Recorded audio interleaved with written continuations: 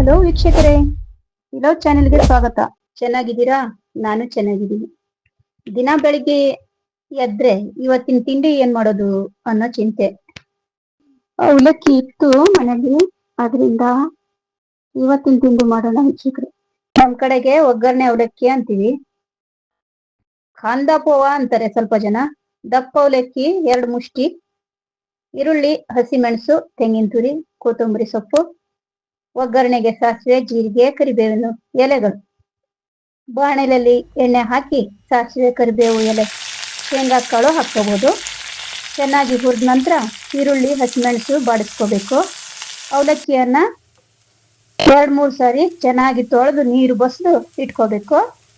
ಹುರಿದ ಪದಾರ್ಥಕ್ಕೆ ಅವಲಕ್ಕಿ, ಉಪ್ಪು, ಅರಿಶಿನ, ತೆಂಗಿನ ತುರಿ, ಕೊತ್ತಂಬರಿ ಸೊಪ್ಪು ಸೇರಿಸಿ ಚೆನ್ನಾಗಿ ಮಿಕ್ಸ್ ಮಾಡಿ ಸಣ್ಣ ಉರಿಲಿ 2 ನಿಮಿಷ ಇಡಿ. ನಂತರ ಶೇವ್ ಹಾಕಿ ಅವಲಕ್ಕಿ ತಿಂದ್ರೆ ವಾವ್. ವಿಡಿಯೋ ಇಷ್ಟ ಆಯ್ತು ಅನ್ಕೊಳ್ತೀನಿ.